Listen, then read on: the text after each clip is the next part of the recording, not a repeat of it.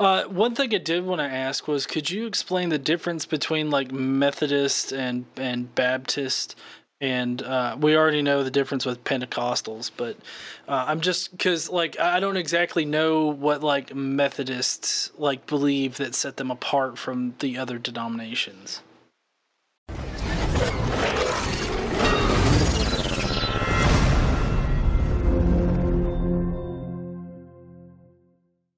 Well, it's practically speaking, if you attend their services, there's not much difference between each service. Um, but I think Methodists, they won't drink coffee. They won't even drink. I think they abstain from alcohol as well. Um, and with with both Methodism and Anglicanism, or Church of England, um, they believe in infant baptism, but it's more of a sprinkling, like a kind of thing. It's not the dunking contest that you see the I guess they're Catholic priests when they go. Have you seen those videos where they go to dump the baby and Yeah, it's just it seems terrifying. yeah, I've seen that shit. Yeah, um, it's, scary stuff. But so they I think both Methodist and the Church of England, they accept infant baptism, infant christening, and but the Baptist Church, they don't accept infant baptism. It's full immersion underwater and then up again. When you come of age, basically, when you're old enough to make a decision for yourself, to become a Christian. Most Baptist churches have a inbuilt baptismal pool, on the stage, kind of thing, and so they believe in adult full immersion in water. As a group, not necessarily as an adult, but certainly as a young adult, someone who's come of age and can understand these things and is able to make a conscious decision for themselves to become a Christian. But I think other than those differences, there's, practically speaking, at least, there's not much difference in the services themselves. Yeah. And actually KC corrected me. It's Greek Orthodox that like to slam dunk the kids into water to baptize them. Oh, right, yeah, that's right, yeah. Yeah. But yeah, so I like between the denominations, there doesn't seem to be a lot of differences in general, except with like minor things. So it's kind of odd how they have to break out into a whole new like denomination in order to just do things slightly different. Yeah, I'm I know a bit about how Methodism got started because I studied church history at Bible college. I mean, John Wesley still considered himself an Anglican right up until the day he died.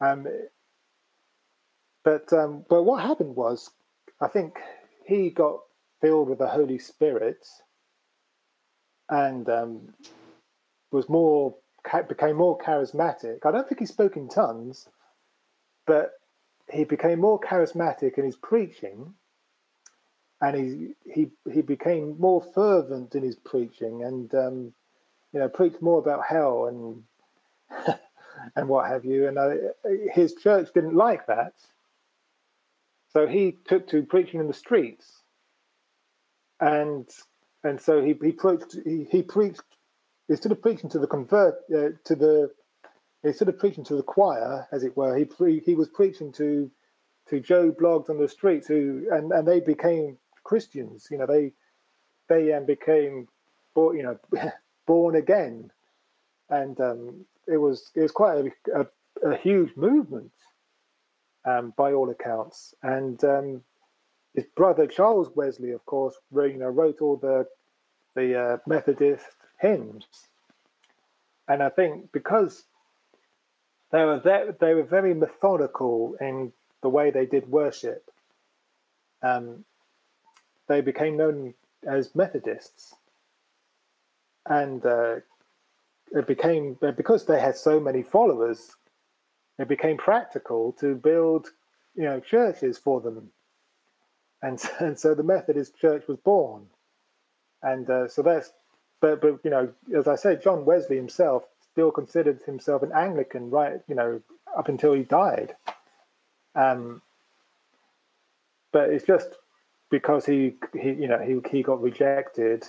His way of doing things, got rejected by the Anglican Church. It became a necessary evil, if you like, to kind of accidentally start his own denomination.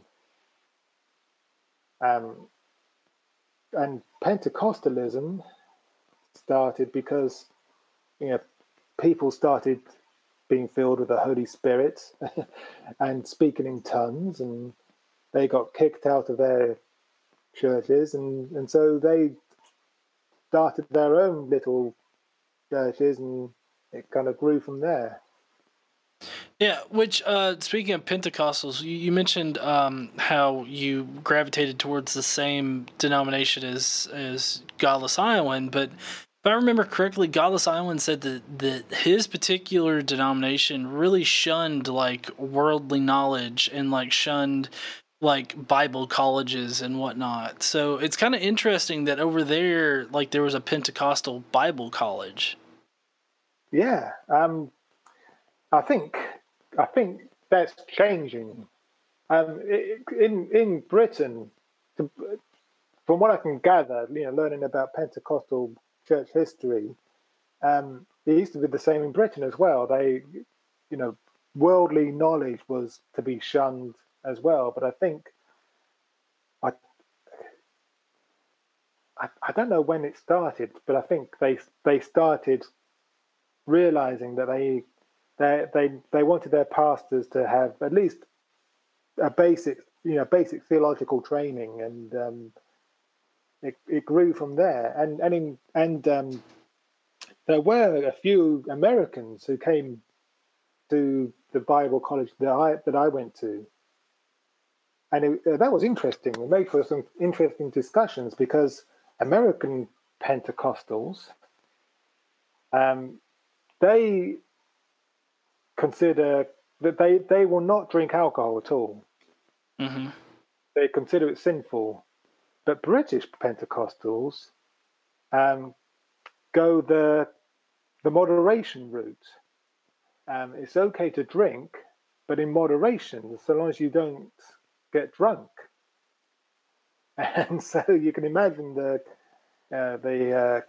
debates and the discussions that that were had between the British Pentecostals and the few Americans and Africans as well, who were there. They believed, African Pentecostals that believe that alcohol is sinful. Mm-hmm. So you can imagine the debates that ensued, from that. It was quite an interesting experience. I bet. Now, going back to when I believe you said you were like 25 and you became a born again Christian, was there any certain thing that really compelled you to believe again, or was it just an accumulation of different things? I think it was I think what it was. I mean, I've made a video on my channel called, which is part of a 3-part series of how I lost my faith, and where I talk about the Alpha Course and how I came to realize that on the Alpha Course I was brainwashed, because it is a subtle form of brainwashing, and because at that time in my life I felt I was really depressed, I was really down, and I felt that my life was going nowhere, and I felt that there was a hole in my life, and Nicky Gumbel, he's the leader. He's the one who started the Alpha Course, and when you go on an Alpha Course, you usually watch one of his videos. It's him presenting the videos basically. So, and he talks about everyone having a God-shaped hole in their hearts, and they try to fill it with alcohol. They try to fill it with drugs. They try to fill it with sex. They try to fill it with gambling, etc. But it can only be filled with Jesus. That doesn't help. and that, but it spoke to where I was at the time. It spoke to my need, at the time, because I had tried filling this hole with alcohol, sex, drugs, pornography, but I still felt empty inside, and I thought, well, maybe he's right. Maybe I'm filling it with the wrong things. Maybe I need to fill it with God. And so they play on your emotions. They play on we all need relationship. We all need to, we all need community. We all need to feel loved, and they play on this. And that on the Alpha Course, like I said, it's a free meal. Each week you start off having a free dinner, and you sit around the table with other people who are attending the course, but also Christians who are helping out with the course, and you get to meet a lot of interesting people, and you talk about various topics, and all the Christians seem happy and jolly, and you start to think, well, they seem to have something that I don't have. They seem to be content with their lives, and I want some of that. And it's all, it's all it's all very emotive, and it's all, and it's a very subtle form of brainwashing, especially the Holy Spirit Day. Mm-hmm. On the Holy Spirit Day, there are three talks. Who the Holy Spirit is, a biblical overview of the Holy Spirit, what the Holy Spirit does, then lunch, and then in the afternoon there's how to be filled with the Holy Spirit. And of course, it's all it's all very.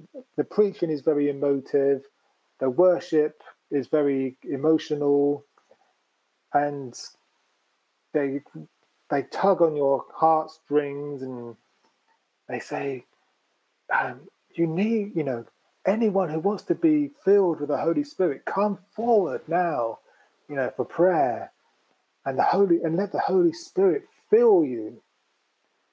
And like I said, everyone's singing, weeping, sobbing, laughing, speaking in tongues, singing in tongues, and it's a very emotionally charged atmosphere, and it is a subtle form of brainwashing. And I, like I said, I drank the Kool-Aid, and I fell for it because I was very vulnerable at the time. Well, yeah, I mean, they really do pick on vulnerable people and people that are, just vulnerable in general. So it doesn't surprise me that they use emotional manipulation tactics in order to convince you of their position. Yeah. I can't help but to giggle every time you say be filled with Jesus or be filled with the Holy Spirit. Yeah. I know it's that kind of, what I call churchlish, or, Christianese, the kind of church language that you get used to using. Yeah. Well, I noticed that you flowed into speaking in tongues very naturally and then flowed right out of it again. Yeah. I mean, I can still speak in tongues even though I've rejected Christ. Mm-hmm. And you're taught from the pulpit that if you reject Christ, the Holy Spirit leaves you. And you'd think that once the Holy Spirit has left you, he takes the gift of tongues away as well. Yeah, you would think. Yeah. I'm kind of curious, like, what was it like for you to, I guess, like, what did it feel like after you shed your faith and you decided that you were an atheist? Like, did you feel any different? Um, Good question. Not at first. Um, it was with a lot of trepidation and kind of fear that I eventually gave up my faith. But but gradually, that fear dissipated, and but I mean, I still haven't fully come out as an atheist to my, to my family. I think they know. Um, my, my brothers and my sister know because they're atheists as well. Mm. And my uncle's an atheist, and he knows. Um, uh, Although we haven't, talked about it much, my wife, I'm sure my wife knows. Now, is Um, she religious herself? yeah, she's still, she's not as fundamental in her faith as she was when we first met, but she still believes. And I think we have talked about it a bit, but and how uh, you know, I've told her my struggle, that I told her a while ago that I was struggling with my faith and I wasn't sure if I really believed anymore, and so I think she knows, but we just Mm. don't really talk about it. And I think she said to me once, so long as you continue to help, support me in bringing up the girls with Christian values, I don't I don't really mind. And I'm kind of okay with bringing up the girls with Christian values, because that Christian values amounts to being a good person and doing the right thing, and treating people how you would like to be treated. And Yeah, my first thought was, which Christian values? I mean, I'm going through the Bible again, and there's a lot of Christian values in there that I just don't know if I can get behind. mm, yeah, exactly. Yeah, but practically speaking, Christian values just amounts to being a good person, basically. Yeah, it kind of sucks how they've kind of co-opted that, right? I mean, they've kind of Yeah, just stolen it from just the, I guess, the secular world, taking all of yeah, the good portions of, like, being in a modern civilized society, and they just brandish it as Christian values. I don't know. That always kind of gets on my nerves. yeah. I know what you mean. Um, but I try to. I mean, I don't say to my children, "You should be atheists," but I do try to. I mean, even when I was a Christian, even when I was still a Christian, I tried to bring them up to think for themselves. Hmm. And don't. I would say to them, and still do. Don't accept what authority figures teach you. Do your. Think. I want you girls to think for yourself, and to question things, and they even they When they were younger, they would still ask me for, for a prayer before they went to sleep. And I think a couple of years ago, I said, I thought I need to be honest with these girls. So I said to them, look, okay, I'll pray for you, but I just want to let you girls know that I'm not sure if I really believe in God. And my oldest daughter, um, she's she's 9 years old now. She said, "Oh, that's okay, Daddy. I'm not sure if I really. I'm having difficulty believing myself." And I said, "Okay. Well, if you have any questions about God or religion, you can you can always ask me." And she was fine with that. And as they've grown older, they don't ask me for prayer so much. I think Carrie's still, my youngest daughter still does. She's 6 years old when she has a nightmare. But apart from that, they don't really ask me for prayer.